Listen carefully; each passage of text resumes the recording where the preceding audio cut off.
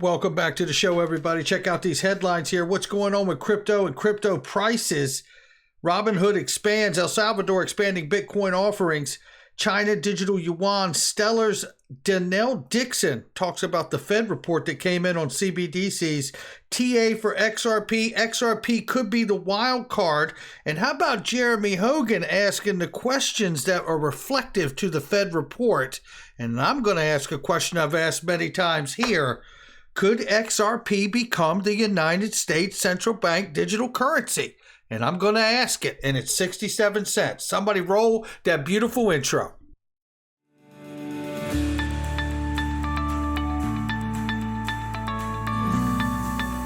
Digital Perspectives with Brad Kimes. Come on in.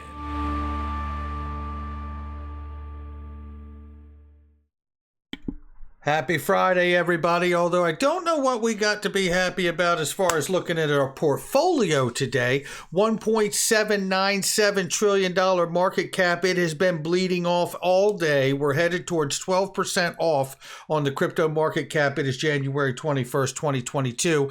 This isn't how I wanted to start the new year either. Okay, but you know what? This is where we are. So right now, Bitcoin at 38,000 plus. 38,000 plus for Bitcoin right now. Ethereum is 2,700 plus. We see here that Cardano is at $1.20 and Solana is at 122 and change, and XRP is 67 cents. And I do believe that we should rightfully so ask a question that Jeremy Hogan is also asking on this day. Could XRP become the central bank digital currency for the United States of America? Well, we're going to talk about it a bit today, and I have some points for you to ponder.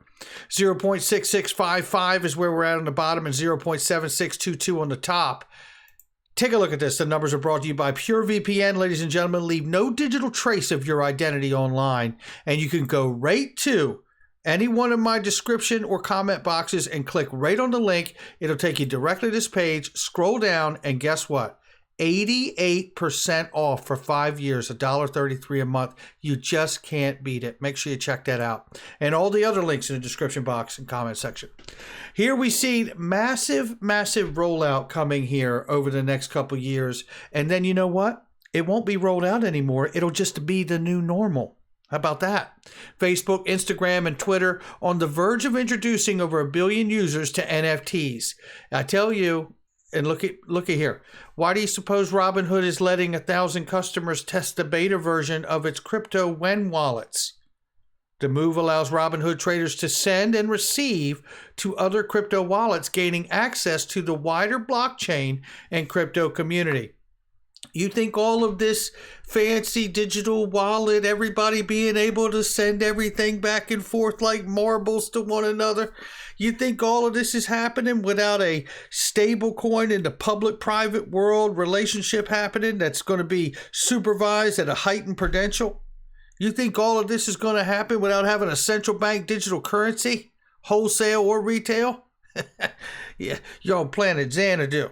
And all of this is information and fundamental information to let us know, all us speculators out here, this is what's coming. And yes, we are early. The Salvadorian government is attempting to develop a Bitcoin-backed credit product for micro and small companies around the country. And remember, I covered Milo Mortgage just, a day or so ago? Milo Mortgage. You can use your crypto assets like Bitcoin to stake with them to get yourself a home if you don't have the cash. How about that? And they plan on expanding into other assets as well. Meanwhile, China and Guangdong provinces in 2022 government report says its capital city, Guangzhou, will become a digital yuan testbed and a blockchain innovation application pilot center this year. You know, this is more pressure and incentive of why I believe, and let me just run with this for a second here. Obviously, we have pressure from China wanting to be the leader in the digital world, and so far they are, right? But the reality is very quickly the United States could come out and deliver a CBDC, public-private relationship stablecoin, cover the retail front end, and it's a wrap, and we're in the front of the line. USD coin already really plays that role today anyway.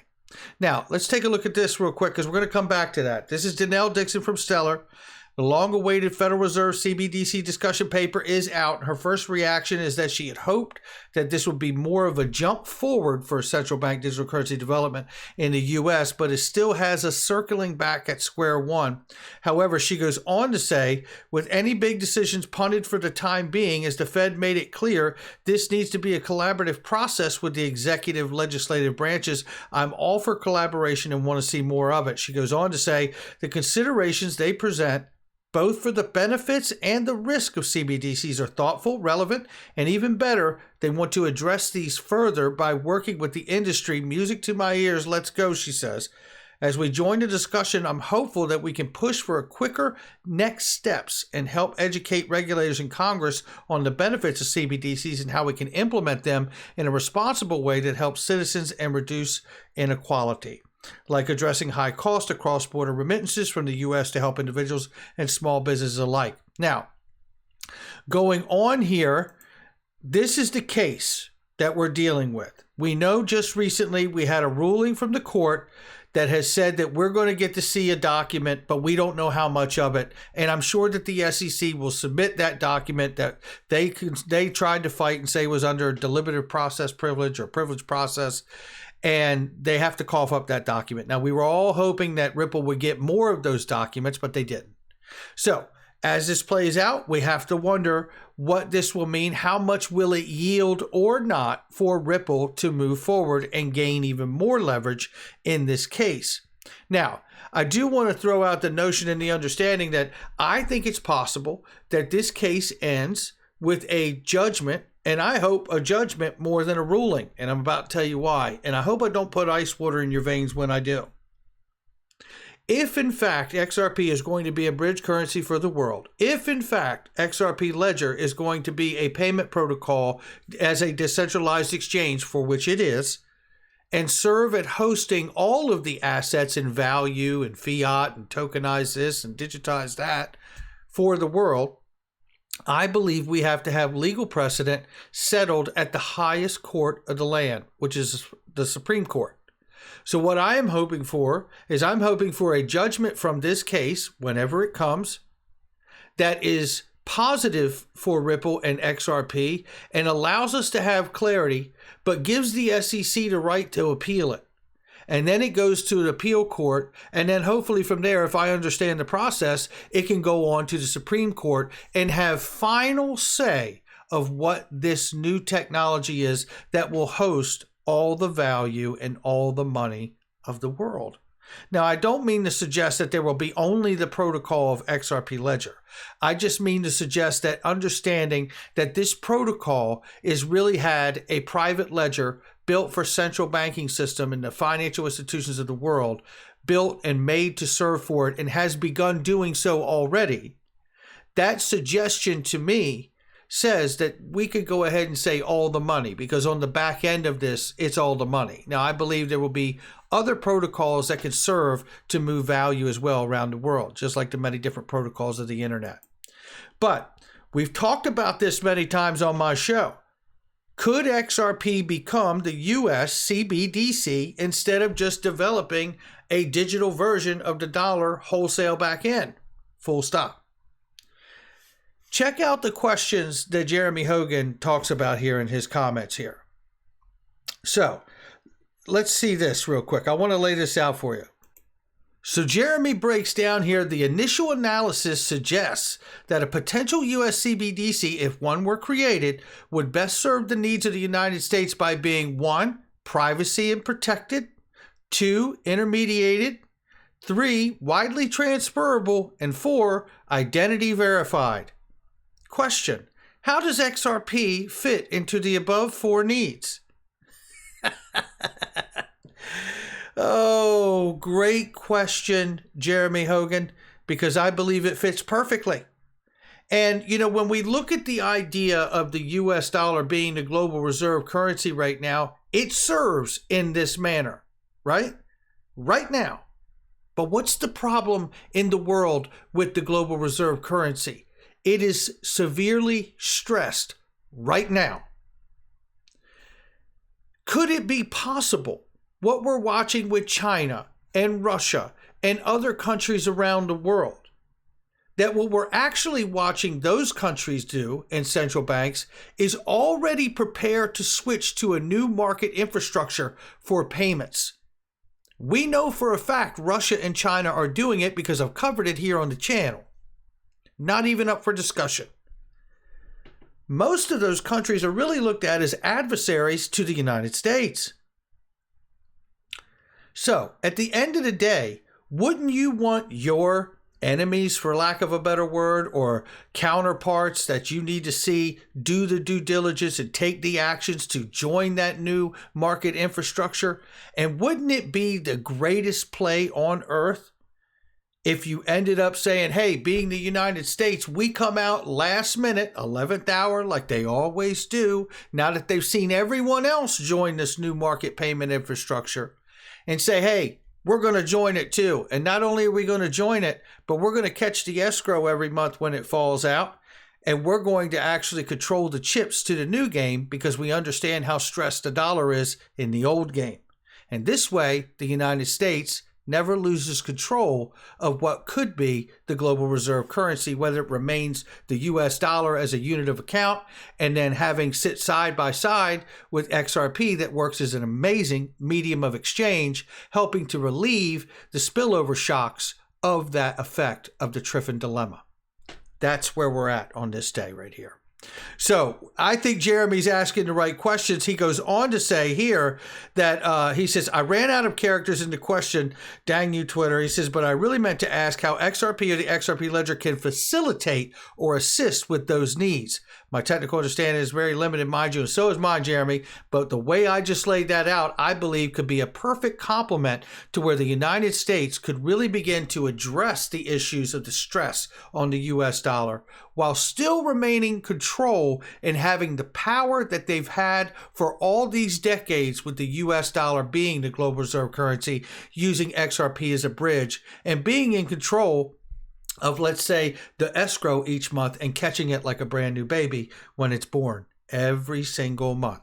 Maybe so, maybe not. But I think it's speculation worth talking about, because this is a reminder right here from David Schwartz, who tells us just how important this XRP ledger and XRP bridge currency can be to the central banking world and financial institutions. Are there any real-world applications for these sidechains? Well, the obvious one is features like CBDCs. Ripple's CBDC solution enables central banks to create a private parallel network, a permissioned blockchain that you can issue a CBDC on, and then you can connect that to the main public XRP ledger. Our vision is to solve for interoperability between CBDCs while creating a virtual land for central banks to experiment with new features. That point right there tells me is what I get out of this is that is to solve the friction point for all the central bank digital currencies. Well, that would include the US dollar as well, right? And we already know in the current framework, the US dollar is that bridge for most all of your currency pairs. It is the liquid currency of choice, right? But in this particular system that's being built for this decentralized exchange, XRP is designed to ultimately handle that kind of fluidity. Now, obviously right now, the euro, the US dollar are extremely liquid, so it's not an issue right now. But you don't want to wait till this is broke to fix it. The transactions are verified by the same consensus protocol used by the XRP ledger, which is less energy intensive, cheaper, and over 120,000 times more efficient than things like proof of work. Major first step in providing central banks with a secure, controlled, and flexible solution. Major first step, right? Imagine every major institution in the world able to settle every major fiat asset with every other institution in a compatible jurisdiction in seconds for less than a penny. And I'll say that again in case you missed it. Imagine every major institution in the world able to settle every major fiat asset with every other institution in a compatible jurisdiction in seconds for less than a penny. That's what we're talking about, ladies and gentlemen. That's what we're talking about. Even at 67 cents. And I know a lot of you have a knee-jerk reaction out there and say, yeah, well, that's a great idea. I love the concept, Brad. But you know what? It doesn't work at 67 cents. And you know what I say to that? You're absolutely right.